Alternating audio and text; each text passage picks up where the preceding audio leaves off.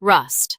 The film opens up in Wyoming Territory in 1882. Teenager Lucas Hollister, Patrick Scott McDermott, checks on his sleeping brother Jacob, Easton Malcolm, before partaking in the farm's chores alone, tending to the animals, fetching water, all as the winter snow begins to fall. He teaches Jacob to read and write. Afterwards, they go to the graves of their parents, one taken by illness, the other suicide. The two brothers are orphans, trying to survive alone in an unforgiving time and territory. Lucas checks the pantry and realizes the two are running out of food. He feeds his brother and lies about eating later. He gives the boy a bath. As the sun sets, Lucas looks out into the distance, wondering what he is going to do. Working on the farm one day, Jacob sees a wolf, and Lucas goes for one of his father's rifles.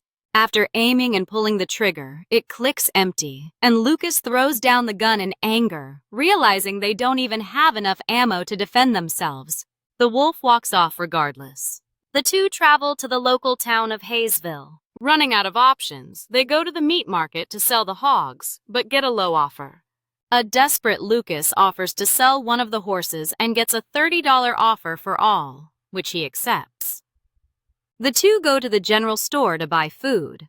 The shop owner mentions that someone is interested in buying some land, i.e. theirs, but Lucas firmly tells him no. As he goes to leave, he notices Jacob being bullied by some boys who steal his candy. Lucas knocks one of the boys down, making him bleed. The father of the two bullies, Charles Gantry, Gabriel Clark, is enraged, but the shop owner tells Lucas to get his brother and go home immediately. At their home, Lucas is confronted by Gantry and his son, who are looking to collect on their debt of the boy being injured. Lucas points the gun at him, but the boy's father said he will force Lucas to work for him to fulfill a contract since his son cannot, telling him he will be back in the morning to collect him. That night, as he puts Jacob to bed, Lucas is asked what their mother looked like. Lucas admits he can no longer remember.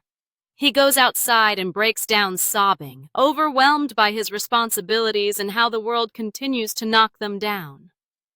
The next morning, he sees the wolf has returned. He once again grabs one of the rifles and gives chase. Going up a hill, he fires in the direction of the wolf, only to miss completely and kill Charles Gantry by accident. Convicted swiftly of murder, given their previous altercation, Lucas is sentenced to death by hanging, despite his young age and circumstances. Lucas's grand-aunt Evelyn Bassett, Frances Fisher, travels to Hayesville in an attempt to see Lucas freed, finding the swift trial a mockery of justice and threatening to get a lawyer to appeal the sentence. Visiting Lucas in his cell, Evelyn tells him that her attempts at decency fell on deaf ears. Lucas asks what will happen to Jacob. Evelyn says he will be sent to a boys' home, as she is an old woman who cannot take care of a child. When a devastated Lucas asks why she bothered coming to see him, if she can neither save him from his fate, nor help his brother, Evelyn replies she had to see him and notes that his mother, her niece, was very important to her. She apologizes that she could not do more. Later, a man, Harland Rust, Alec Baldwin, visits the boys' home. He takes a look around and prays at the grave of the boy's parents. Ledford, Wyoming. A sheriff's deputy Wood Helm, Josh Hopkins, gets ready for the day. He hears someone coughing upstairs. It is his young son, Benjamin, who is slowly dying. His wife asks if he hates his son for dying. Wood is shocked and horrified she would ask that. His wife tells him he can't fix this. Wood leaves and his wife breaks down sobbing. Wood goes out with his partner Drum, Jake Busey, to confront a group of 5 drunken outlaws who apparently murdered a native family. When one of the outlaws raises his shotgun, Wood starts off the shooting, and he, Drum, and another deputy kill the 5, though the other deputy is killed. Wood finds the small child the 5 had kidnapped. Jacob has begun to sleep at the jail where Lucas is being held. Bill, the shopkeeper, takes Lucas somewhere safe, lamenting that his family cannot take him in. When one of the deputies makes a glib comment about Lucas, Bill admonishes him, as Lucas is just a boy. As he walks through town, he sees the gallows they are building just to kill Lucas. That night, Harlan breaks into the sheriff's office with the intention of breaking Lucas out of jail. Thinking the man wishes him harm, Lucas calls for the sheriff, only for Harlan to knock him out and steal a rifle on the way out. Bill comes out with a gun, pointing it at Harlan, only to drop it once he recognizes him. Harlan tells Bill to tell anyone who comes for him will end up shaking hands with the devil himself. The next morning, Lucas understandably has many questions, but Harlan is unwilling to give him answers, telling the boy they need to travel hard and fast, and he has to do what he says. In Hayesville, it is revealed that Sheriff Tom Long, his deputy Charlie Culliver, and another deputy died from the attack from Harlan, and a posse is being created to track down Harlan and Lucas, the latter they hold equally responsible. Back in Ledford, a drunk and depressed Wood is confronted by a man in the saloon who calls him out for failing to protect some men weeks before, leading to Wood almost killing him, only to be pulled away by Drum. Going outside, Wood notes to Drum that he doesn't believe in God, given his son suffers without reason and wishes he could believe, but cannot, given what he has done and seen. Harlan and Lucas continue to travel. Lucas once again, this time at gunpoint, asks who Harlan is. Harlan reveals to Lucas he is his grandfather, the father of his mother. Lucas doesn't believe it, but Harlan notes the rifle he holds was owned by his great-grandfather. He then snatches it from Lucas, noting that if he wants to kill a person, he better chamber a round first. Lucas calls him a murderer for killing the sheriff, but Harlan just notes that makes two of them. Lucas tells him to go to hell, so Harlan slaps him, telling him the next one will be worse. They make camp for the day to avoid a murderous Indian tribe and catch a rabbit for food. Wood is met with Lawrence Stillwell, Nick Farnell, who tells him of Harlan Rust killing 3 men to bust out Lucas and how he wants Wood to bring Harlan to justice for his many crimes. Stillwell tells Wood to take Dick Miller, Travis Hammer, with him, as he wants more backup with him than just Drum. Stillwell tells Wood he wants Harlan badly and commends Wood for using unconventional methods to bring men to justice. The next morning, Lucas tries to run, but doesn't get far before Harlan catches him. Fed up with the boy, he finally tells him what he wanted to know, what it is like to watch a man hang. Harlan tells him that if you are not lucky to have your neck broken immediately, you can suffer for hours, and that is not something he wants to know. Lucas asks why he cares. A frustrated Harlan tells him that if Lucas can show him someone who cares more, he will leave. Lucas silently realizes that he is right, as even those sympathetic to his situation will not supersede the frontier law that is stacked against him. Wood, Drum, and Miller head to Hayesville to look at the sheriff's body. Lucas and Harlan continue to travel. Harlan intentionally spooks Lucas's horse, realizing it had little energy left, leaving it to drop dead once it tires and causing a false trail to be created. Lucas asks what the plan is. Harlan tells him he has a friend that will get them to Mexico where neither lawman nor bounty hunter can touch him. Lucas doesn't want to live in Mexico, especially without his brother, but Harlan notes he has little choice. There's alive and there's ain't. Try to focus on the former, Harlan says. Ellsworth, Kansas. Fenton Preacher Lang, Travis Fimmel, brings in an outlaw to be brought back to Missouri to be hanged. The sheriff gives him a telegram about a $1,000 bounty on Harlan Rust. God bless the wicked, Preacher says with a smirk, for they continue to pay my bills. Atchison, Wyoming, Wood, Drum, and Miller travel to the farm of brothers Boone, Devin Werkheiser, and Cleet LaFontaine, Reese Quiro, and offer them $200 to join them in tracking down Harlan and Lucas. Preacher spends the night at a saloon and with one of its girls, Abigail, Ash B. Though initially receptive to his company, she becomes terrified when he talks of his bounty hunting past. Harlan and Lucas come upon an open cabin where 2 trappers have set up camp. Giving fake names, the 2 are initially welcomed with hospitality by the men. However, Lucas finds a wanted poster with his and Harlan's name on them and realizes they are bounty hunters. Lucas is held at gunpoint only for Harlan to hold a knife to the man.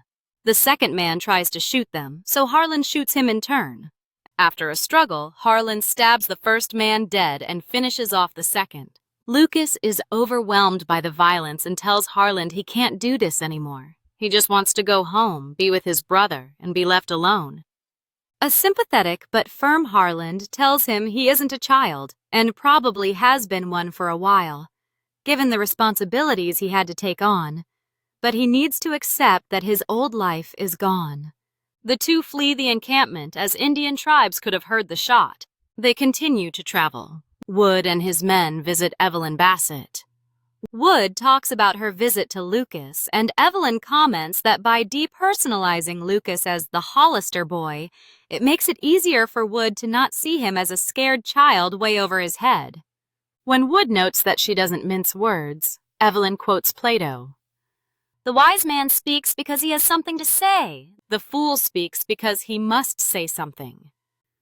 Wood asks how she knows Harlan Rust, and Evelyn tries to shut down the conversation. However, Wood deduces that Harlan is her brother, Lucas's grandfather, and she told him about the boy in an attempt to save him. Evelyn tells him to leave, but not before saying Harlan wasn't always a violent man, and Wood doesn't know him. On a cliffside, Harlan and Lucas spot a Kiowa Indian raiding party. Harlan tells him they will let them pass to not cause conflict. They travel to Lawson County, Colorado, which has a small camping town. Lucas tries to send a letter, but Harlan sees it and chides the boy for being careless, as it could create a trail for people to find them. Lucas is belligerent over how Harlan is treating him, but Harlan tells him he isn't his father. He's there to keep Lucas alive. As Harlan goes to buy some food, Lucas hears a harmonica and follows the crowd to a small gallows where a condemned man gives his final statement. Lucas watches him be hanged and sees what Harlan warned him about. The man does not die quickly and struggles with his end. A terrified Lucas stumbles back and is met with Harlan, who bought a dog. The two ride out of the town. Preacher travels through the night on his way to find Harlan. Wood and his posse do the same. Meanwhile, Harlan watches Lucas play with the dog. Wood and his group find the bodies of the two trappers' bounty hunters. Over a fire, Lucas talks about how at 10 years old, he had to take care of his ill mother as she wasted away. Jacob was too young to remember her. He asks why Harlan is so full of hate. Harlan tells him he came from Chicago, lived an honest life until the bank took his land. He robbed several banks after that and never looked back. He worked numerous odd jobs and lived a solitary existence. Harlan heard about his daughter being sick, but didn't have time to reconcile. "Some things in this life you can't get back, I reckon," Harlan says. Preacher continues to track the two. Back in Lawson County, word of the bounty spreads. Lucas looks at his great-grandfather's rifle and notes to Harlan how many lives it had ruined, numerous Apaches, his own, Charles Gantry, and his father. When asked by Harlan what he means, Lucas tells him his dad committed suicide a year after his mother died. Harlan notices Lucas is sick and says they will travel to an old friend's so he can rest. However, when they get to the man's house, they are met by the man's widow, who tells Harlan that he was hanged 5 years before for a crime he helped Harlan commit 20 years before. She tells them to leave and never come back. Lucas gives the man's son the dog and tells him to take care of him. The two leave. Wood travels to Lawson County. At the general store, he asks the owner about a longer-ranged weapon, only to be given a telegram sent by Stillwell that tells him his son has died.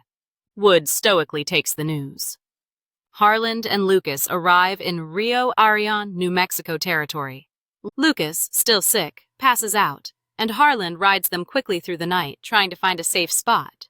Finding a wagon company, they are taken in while Lucas rides out his illness, calling out for his mother. Wood and his posse make camp for the night. Drum tries to make him eat, but Wood declines and shows him where Harlan has no choice but to resupply before his final ride to Mexico. Drum speaks of caution, and Wood tells him that he has brought 146 men to justice, 18 of whom were hanged. He tells Drum of Tom Bell, who led a gang and was sent to the gallows, and how Tom thought in his last moments he was at peace and was off to claim a great reward. Wood, however, knew the second the lever was pulled and Tom Bell's neck snapped, there was nothing No great reward to be had. 8 years old, Drum, Wood says, noting his dead son, and his anger feeling that his son, who suffered his entire life, has no paradise waiting for him. Lucas dreams of his mother before waking up suddenly, free of his illness. Harlan tells him he was out for a day and a half. Preacher finds the home of Chunk Beaudry, where Harlan and Lucas previously tried to stay. After getting food and some information from her, he seduces the lonely widow before leaving. Harlan and Lucas are cornered by 2 men. Harlan trades shots with them, wounding one, but gets wounded in the process. The 2 are forced to flee, losing their horses and most of their supplies. Over the fire that night, Harlan tells Lucas he was married and had a son in addition to his daughter, Lucas's mother. Working the land took the life of his son, and his wife committed suicide shortly after the bank took their land. Lucas struggles with survivor's guilt, wondering why his mother died and not him. He asks Harlan how many people he has killed. "I don't remember," Harlan says. Preacher finds himself at the location where the 2 bounty hunters failed to corner Harlan. Preacher wants information, but the 2 are unwilling to give it up. When the younger of the 2 points a gun at him, Preacher kills him with 0 hesitation. The older one tells Preacher Harlan and the boy went to Dawes Pass and has a half-a-day head start on him. "God bless," Preacher says, leaving. As a weakened Harlan rests, Lucas tries to hunt a rabbit, only to be confronted by Kiowa Indians. A terrified Lucas offers to trade the rifle for a horse. Surprisingly, they accept, calling Lucas a strange boy. Harlan, who had a gun trained nearby, sighs in relief. They use the horse to travel to Mosquero, New Mexico territory. Sitting Harlan at a bar, Lucas goes to find a doctor, only to recognize nearby horses. The patrons, including one, Blackburn, Xander Berkeley, had apparently killed the Kiowa Indians Lucas made a deal with hours before. As they begin to talk of Harlan's bounty with the intention to collect, Wood shows up, looking to make his arrest, having already caught Lucas. As a standoff ensues, Preacher shows up, shooting Cleet in the back, killing him. In the saloon, the shooting starts. It leads to the death of Blackburn and the other bounty hunters, the wounding of Drum, and the further injury of Harlan. Wood sends Miller after Harlan and Lucas, only for Preacher to shoot him off his horse, wounding him. Preacher chases after Harlan and Lucas, who has had to drag the wounded Harlan by foot. Getting the drop on them, Preacher shoots Harlan in the chest before grabbing Lucas up.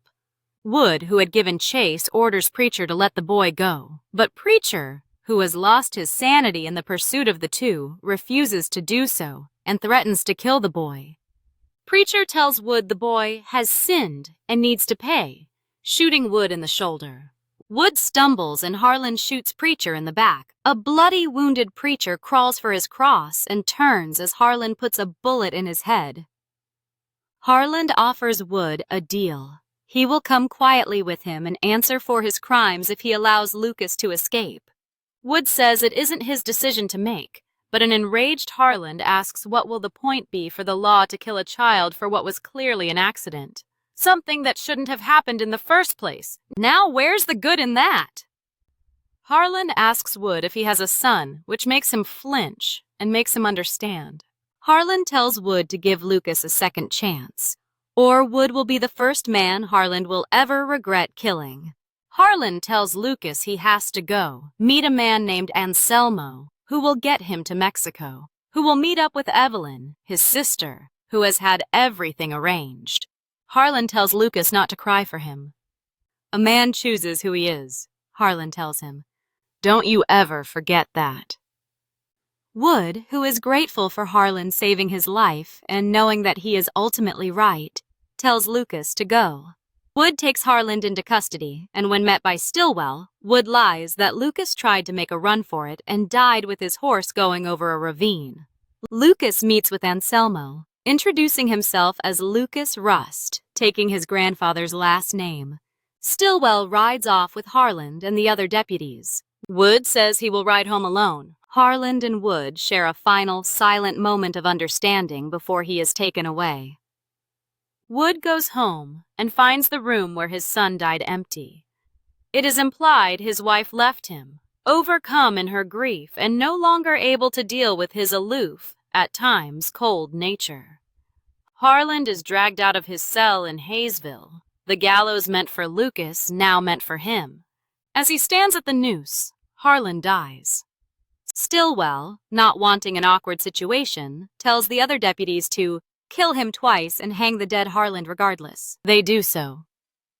Lucas is met by Evelyn, who had ultimately masterminded his escape with her brother Harland, both of them probably realizing it would lead to the latter's death, one way or another. Lucas reunites with his brother Jacob, who runs up to hug him.